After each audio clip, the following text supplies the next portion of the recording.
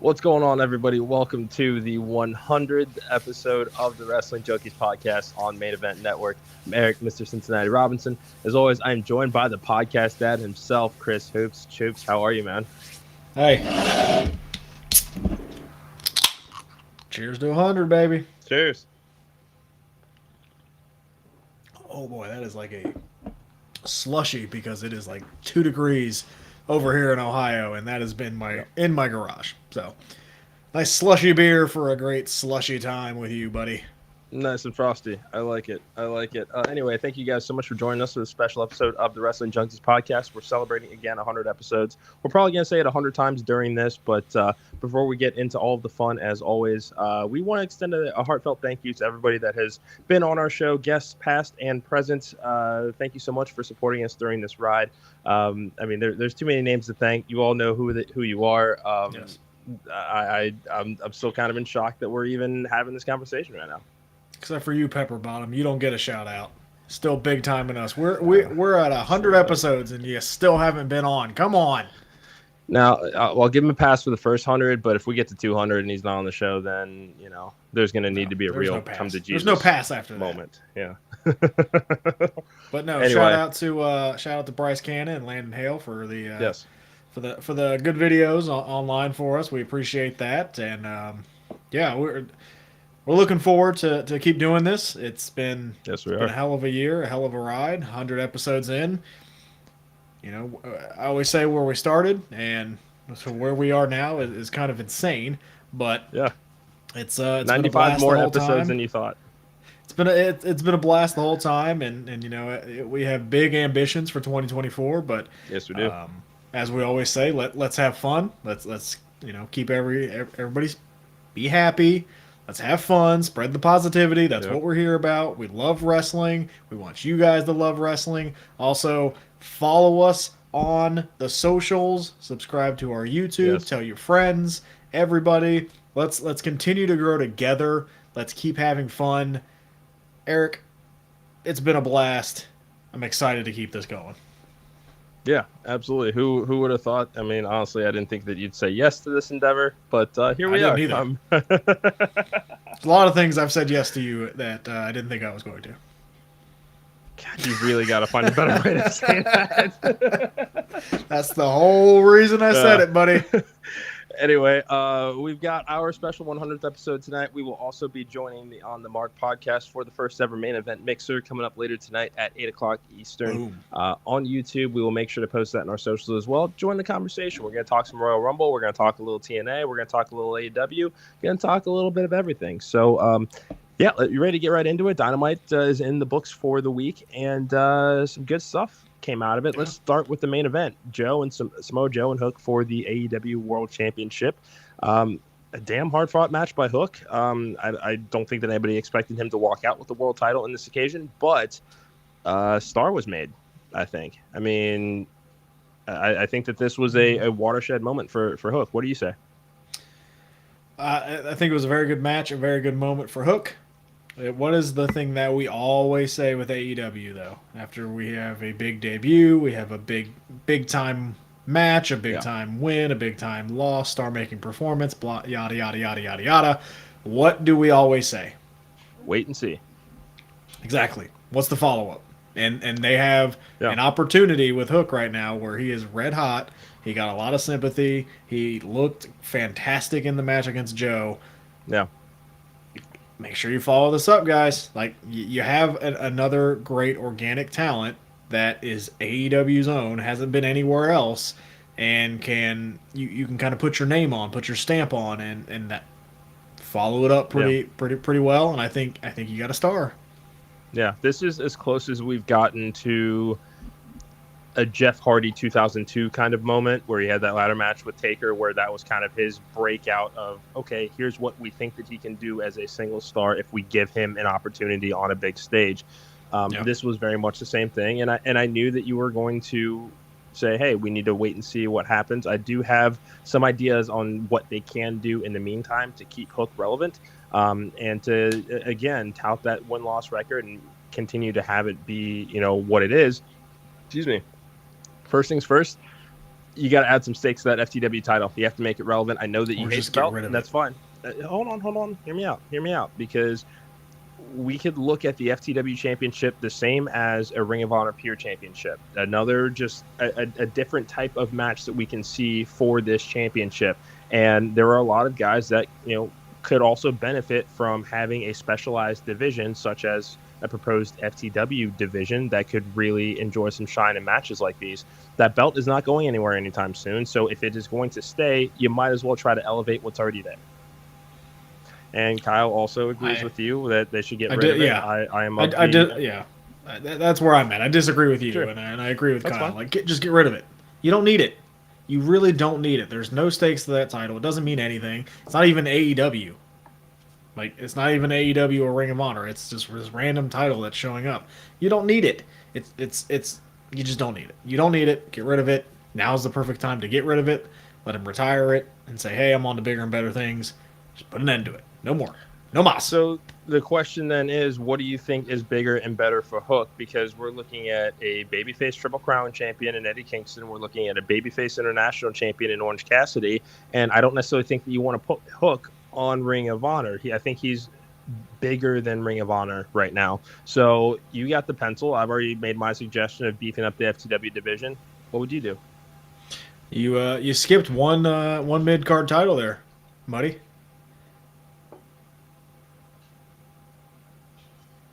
What's the one mid-card title in AEW right now?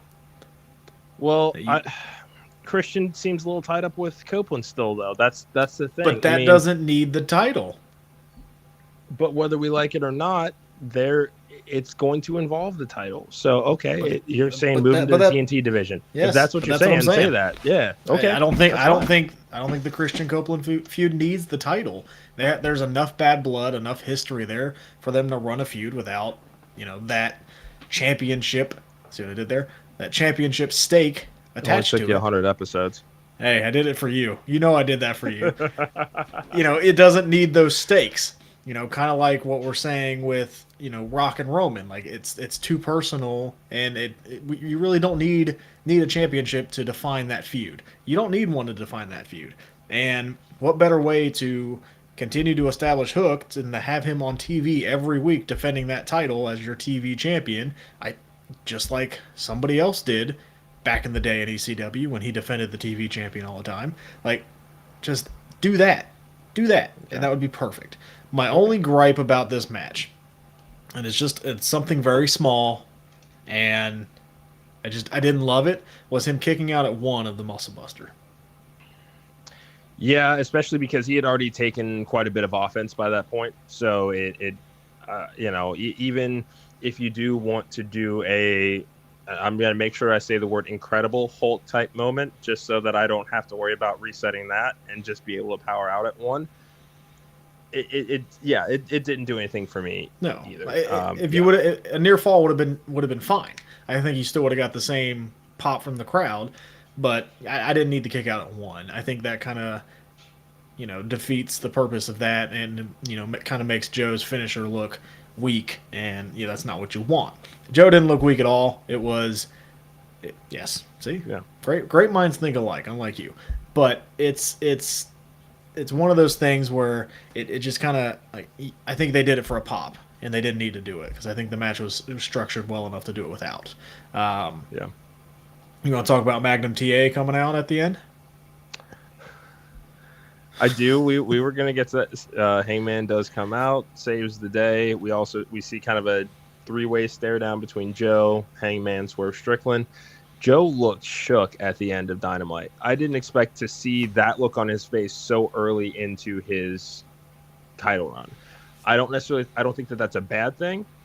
Just because, if you're the champion, you should have a target on your back. There should be people that want your championship. This is going to be, the last world title run that we saw, quote unquote, for Samoa Joe was in NXT, where it was a very structured, here's who you're going to work to get to this next event, because we don't do monthly pay-per-views. So he didn't necessarily have a number of opponents at once gunning for him. But, when you look at Hangman Page trying to get back to basics, and then Swerve Strickland giving his flowers to Hangman, but saying, you know what? If God came down and wanted to pick a fight, Hangman would beat him, but Hangman still can't beat me. I mean, that was, that one, I felt that one in my soul. Yeah, and that's kind of the point I made. You know, it was either a week or two ago. Like, if you're Swerve, like you're like, I don't need to prove anything else to you. I've beaten you twice. There's no reason for me to fight you again. And that's kind of what he reiterated again. Like, hey, Hangman, you're a great competitor, great wrestler. I already beat you. I don't need to do it again. And I like that aspect of it. I didn't like the makeup that he was wearing. I don't know. Yeah. It looked like eye black or like bags. Yeah, I couldn't love tell it. what that was. Yeah. And this is coming from a guy that wears makeup all the time, obviously. Well, you know, shout out to the comment section. But I got you on that one. It was a weird look. I don't know. Maybe they're going for something different. Maybe they're going for that little, more sinister horror kind of look. Even though he's getting cheered to high heaven, like just turn the guy babyface, and you got a megastar. Speaking of megastar, you have something there. So I'll be interested to see what they do with Swerve after what looks like we're going to get a triple threat at the pay-per-view. Yeah. Now, it seems like, I think towards the end of last year, we heard that there might be a January pay-per-view coming around. Doesn't seem like that's the case because they're building towards Revolution. Do you think that there is, especially because we had pay-per-views last year in August, September, October, November, and December. Do you think it's weird to kind of go back to that gap as we have done a 6-month stretch? I mean, I certainly do. I think that if you're going to go the monthly, that you just make make that your routine. You forget we had 2 in August too. Like it's that's right. Yeah, it's weird. Like pick what you want to do. Pick the structure you want to do and stick with it. You're 5 years into this now. You should probably know what your pay-per-view structure wants to be. I'd be okay if they did, kind of what the WWE did in the mid '90s and started doing like an in your house for a monthly thing. Like I'd be okay with that, and then have your kind of big 4 that you want to do, or big 5 or whatever they have.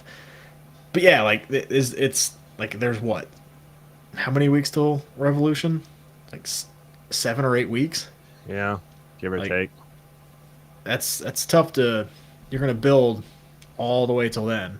And there's another one, like the Orange Cassidy Roderick Strong match. Like you're going to kick that out all the way to Revolution. That's a long build. Yeah, and I mean I think we've already felt like this build of this group has gone on long enough with the Adam Cole injury and how long it took to get to the Devil reveal. So it's already suffering from. We're getting to this. I have my thoughts. Okay. Go ahead. No, that's what I was just saying. I just think that this is moving a little too slowly. I know that they have to work around the Adam Cole injury because I think that that's changing kind of where things would go with this story. I feel like if Adam Cole was not hurt right now, we would be, not only would we be getting Orange Cassidy and Roddy at Revolution, I think we'd be getting Adam Cole Samoa Joe. As far as hey, you owe me. I got you. You got your world title at World's End. I helped you do that. You owe me. Okay. I didn't think about that, but okay. It'd be interesting. That was the reveal. Pleasure doing business with you. It'd be interesting to have a heel versus heel dynamic though, in the main and for your main title.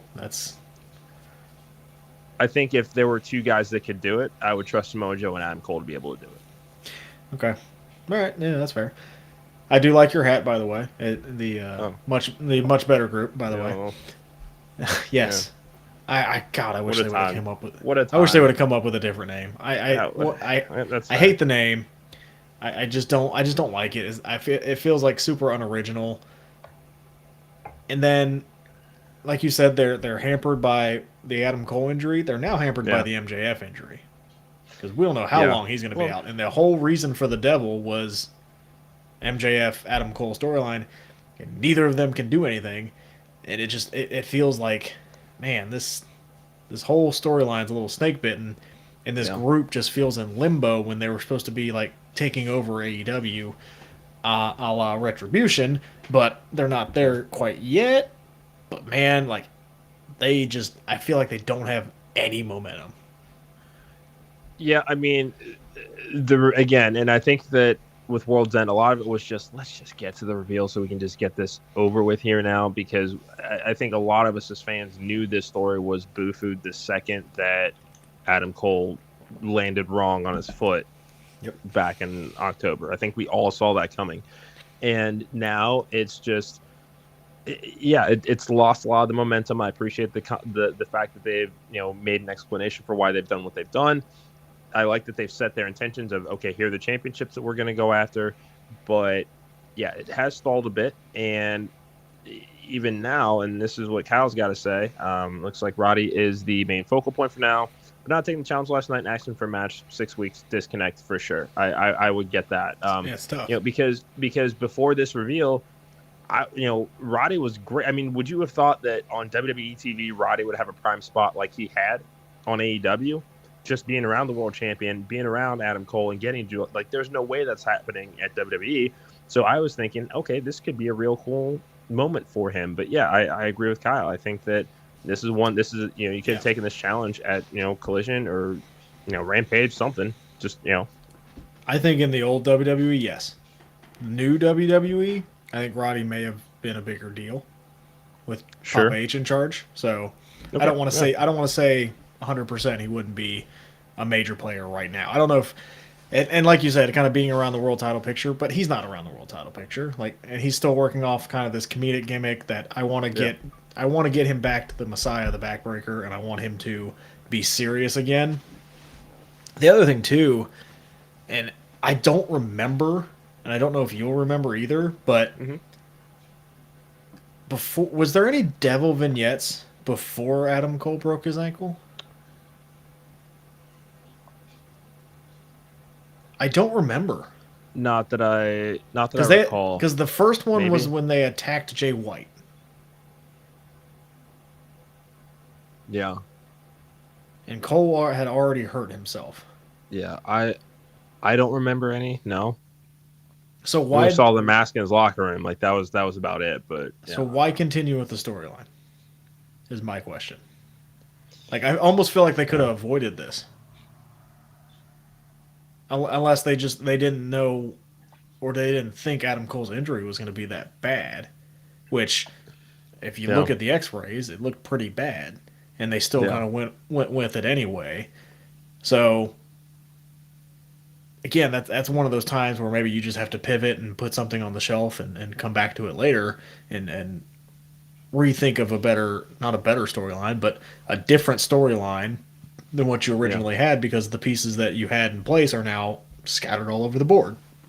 Yeah. Excuse me. I mean, I think for their sake, they have to try, mostly because at this point, and I know that you're indifferent on them, but they've dragged Wardlow into this. They have to do something here, because this is a character that, has had the start-stop forever and ever. This is not, I don't think that this is something that you can take lightly. If they mess this up again, there's no coming back for Wardlow. I think at that point, if for some reason they do, it'd be time to go learn a new hold, maybe see what WWE's got to offer. I think that they would be willing to snap him up right quick, have him do a run in NXT potentially, and just let him run through everybody there. He could be another Braun breaker, but they can't F this up again with Wardlow. They really can't. I know they're indifferent, but now that he's in it, this is kind of how it has to be. Okay. All right. You know how I feel about that. And you said, down the road, dude's already on the highway, on the freeway, and he's already passed me. So I know. They have to make me want to care again. And about Wardlow, I don't. I know. That's why I'm saying if they're going to bring him into this story, he also needs to be seen as a priority. We know that Cole will be able to get himself over. We know that Roddy knows how to do that. Kingdom by extension will be able to do that. I mean, this is kind of it here, especially because Adam Cole has said he's going to go for the world title, and when he wins it, he's going to hand it to me. When is that? So when do you think we're going to start seeing that?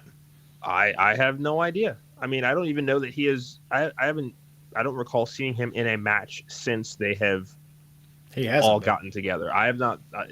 So that's concerning. If we're building to a 3-way at Revolution in 6 weeks. Are you telling me we're getting 6 more weeks of them not doing anything? I would hope that's going to be tough. That's going to be tough. I would hope that they could find somebody for Wardlow to just run through. Okay. And look, guys, because we're going to get it, we're not hating on AEW. We're just trying to piece together what we think would happen and giving our opinions. If anybody thinks that we are hating on AEW, just go touch grass or don't watch our show. That's right. You want to talk about the mature bucks? I do, actually. I'm really, really excited about this. This was... I am. I really, really am. What? Okay. All right. Let's say your piece. You have your thoughts. You go first. No, you started this. I'll finish it. This sucked. Are you kidding me? Nope. Okay. What? Nicholas and Matthew Jackson now? Yeah. Come on. Yeah.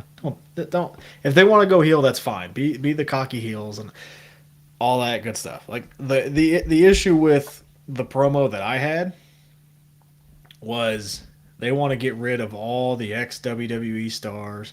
They want to get rid of, they said it's superstars. They want to get rid of, cut the cancer out. Except Sting. We like Sting. Okay. Then save this promo until after Sting. You know what I mean? Like, come in here and go, okay, we respect Sting. We want to be Sting's last match. We want to face this challenge and all that good stuff. Maybe cheat to win, and that's how you get this full-fledged heel turn. But like this, I didn't love it, man. I didn't. Sure. I like cocky ass. We're better than you in every single way, no matter what. Young Bucks are the best Young Bucks. I just don't know how I feel about super serious. We're the EVPs. We look like 1800s pro golfers. Young Bucks. I mean, but like, look, I want you to look at it from this point of view. Dana Massey is no longer with AEW because she felt that or at least it was reported that she felt that the company didn't stick up for them, their EVPs, after all of the brawl out stuff because of NDAs and things that just could not be talked about. That has to be a super shitty position to watch your family be in, okay? And I'm sure that they probably have had some feelings about, hey, we don't get to defend ourselves in all this bullshit. So if they can't go out and say, hey, here's our side of it, then why not go make money off of it? People already have their opinions and thoughts on the Young Bucks at this point anyway. You either like them or you hate them at this point in time in their careers right now. And depending on which side of the fence you're on, that's probably not going to change anyway. So with this heel turn, let them sit in it. Let them fester, let them stew and say, hey, all right, you guys want us to mature a little bit, then that's exactly what we're going to do. And along the way, we are going to retire Sting, and we're going to show you why we're one of the best tag teams in the world. I have no problem with them doing that. Okay. I get what you're saying about the whole NDA and, hey, the brawl out and all that good stuff, but there's no payoff. There is none. Punk's gone. There's no payoff to that. So I just kind of want them to stop talking about it at this point. I'm tired of hearing about it. But again, they've not gotten to talk about it. But they won't ever will. But this is their way to do it, is what I'm saying. This is their way to address all of the negativity and toxicity that they feel has come with that entire situation. So if they don't get to talk about it, what do the Bucks do best? They're going to make money off of it. But how are they going to make money off of it? They're going to retire Sting. Go ahead. There's no finality with Punk. So I don't know how you're going to make money off of it because A, you can't beat the person that caused the whole thing. So there's no just culmination to that. 2, you can't talk about what happened. So you keep referencing something that happened, but you can't speak about it at all. So I don't get a payoff with that. And then the whole thing with Sting just feels random. So I don't know what the payoff is. I don't mind the heel turn because, again, I like the heel Bucks. I don't like the happy-go-lucky Bucks. That's not what I like. But if you want to say I'm going to go out there and prove we're the best tag team in the world, I already know that. I know you're a great tag team. I want a different direction. It's going back to people are going to hate us for what happened at Brawl Out. We don't get to talk about it, so let's just lean into it anyway. Sometimes that is as simple as the story is. You may not get a payoff that involves Punk and or any of the Bucks in a match. That's fine. But they're going to take a very real moment from their lives. They're going to take that life, turn it into art, and make money off of it, regardless of whether it's with Punk or not. That's the payoff right there, in my mind. I'm at the point. I'm just tired of hearing about the brawl out. That's get it. me personally. That's me Sure. personally. I don't want to hear about it anymore because we're never going to get any details on it. I don't want to hear about it. Again, if you want the Bucks to be heel, perfect. If you want them to go this direction where hey, we're the EVPs and we need to grow up, I'm okay with that. Just don't talk. I don't need any reference to the brawl out. I don't need it. Fair enough. Okay. That's just me. Yeah, it's fine. How do we feel about the women's division right now? I'm glad you asked that. Deonna Purrazzo's star appeal is just off the charts. I did finally get a chance to watch Collision last week as well. She had her AEW debut against Red Velvet. They tore the house down. I don't think that anybody's really surprised that happened.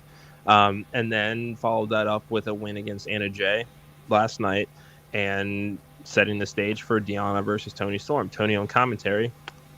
Yeah. Phenomenal. It just, I like that this is the first program Deonna's getting because we were worried about the follow-up of what was going to happen with that debut. So it looks like, hey, here is the plan that is in place, is that she's going to work Deonna, I would assume, at Revolution. Now the question becomes, is it too soon to take the title off of Toni Storm? Yeah. I would agree. Yeah, it is. It's also too soon to beat Deonna Purrazzo. Yep. I think we talked about this last week too. Like, yeah.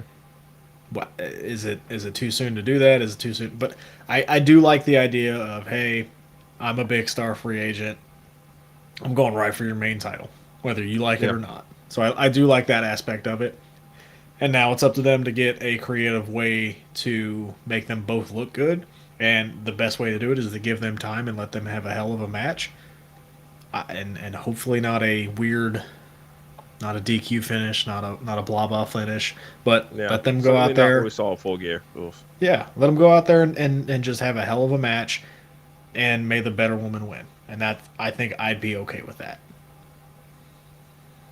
Yeah, no, I'm not mad at it. I mean, this is a big deal because Mercedes is still out there as a free agent. We don't know what's going to happen. And I mean, we have both said it, until she shows up on our TV screens, either company is fair game.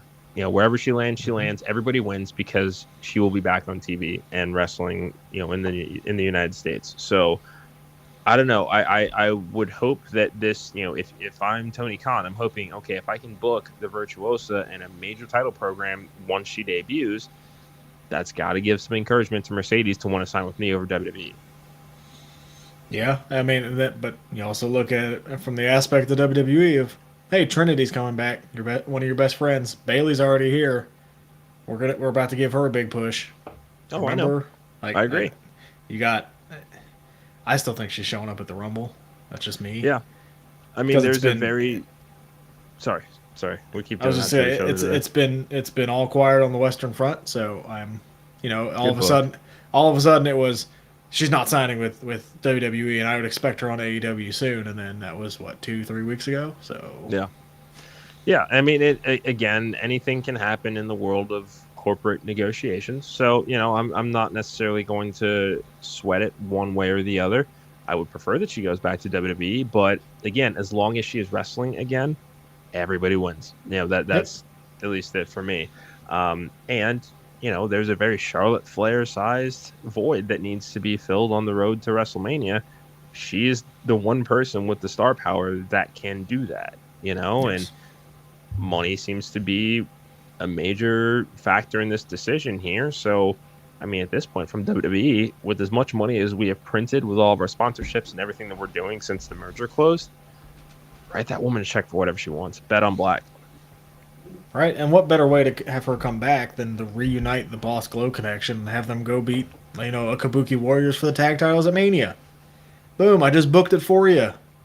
Yeah, but okay, yeah, that's fair. We still need to see KC Squared actually go over to SmackDown to defend those titles first, but we got a couple months. We got a couple months. God, I can't wait for WrestleMania. I can't wait for the Rumble. Yeah. Real quick before we end, I want to talk about the Briscoe tribute and how cool that was to see his daughters come out and walk again, and that was a big moment in wrestling, and I was very happy to see that. I can't believe it's been a year since Jay Briscoe died, but That was a really cool moment, and AEW does a really good job with that. I will give them their flowers on that one. Same thing with Brody. Sure. When Brody passed, his son's been involved a lot. I don't know how involved Jay's daughters are going to be, but just to have them come out and see that, that was really cool. And hats off to you, Tony, for making that happen. Yeah. Also, just side note before we end, did you see what Cody did for -1's birthday? I did not. So Brandy tweeted out that basically Brody gets to go to VIP tour of any theme park that he wants to go to with whoever he wants to invite on Cody's dime.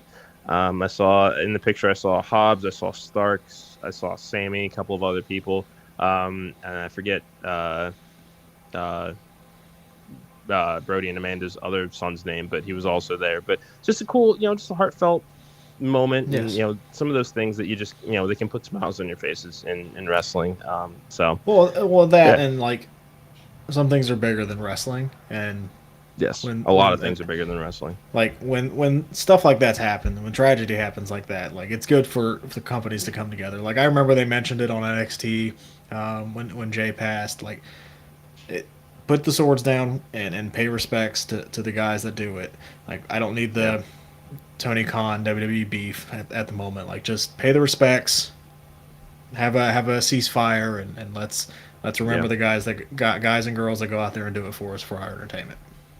Yeah, could not have said it better myself. I don't think there's anything else I need to say on top of that. So yeah, as we bring this episode to a close, once again, thank you to everybody for 100 episodes of the Wrestling Junkies podcast.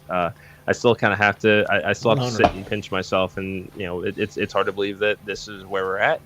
And as we wrap up our week here, remember we will be joining the On the Mark podcast at 8 p.m. Eastern time. We will be tweeting out that link on our socials as well. So come join the conversation. It's going to be more of the same. If you like us, you're going to love Kyle and Ian. So again. If you know just one person that would enjoy this show, send it to them, at them, just anything. Send them a link to our YouTube channel. Help us to get those numbers up. This is a labor of love. There's nothing that we enjoy more than talking wrestling. You know how big reaching 100 episodes was? Extremely.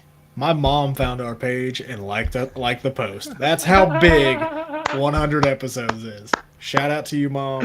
Thank you. I mean, what more do you need than that? We've got mothers that enjoy our show. Like it's just, let's have some fun. We greatly appreciate everybody that's on the road with us. Yeah. Okay. Actually, yeah. Okay. Now, 2 great interviews dropping tomorrow with Connor Hopkins and Tad Jarvis. Brand new interviews coming next week as well as new Stump the Smarks. We have a new format that we are going to be introducing, and you guys are not ready for this. How Johnny gets away with half of it. We're paying him way too much money. You know that, right? No, I don't see it. That's the accountant. Okay. All right. Whatever. Anyway, for the podcast dad and Mr. Cincinnati, this has been the 100th episode of the Wrestling Junkies podcast. We'll see you guys next week.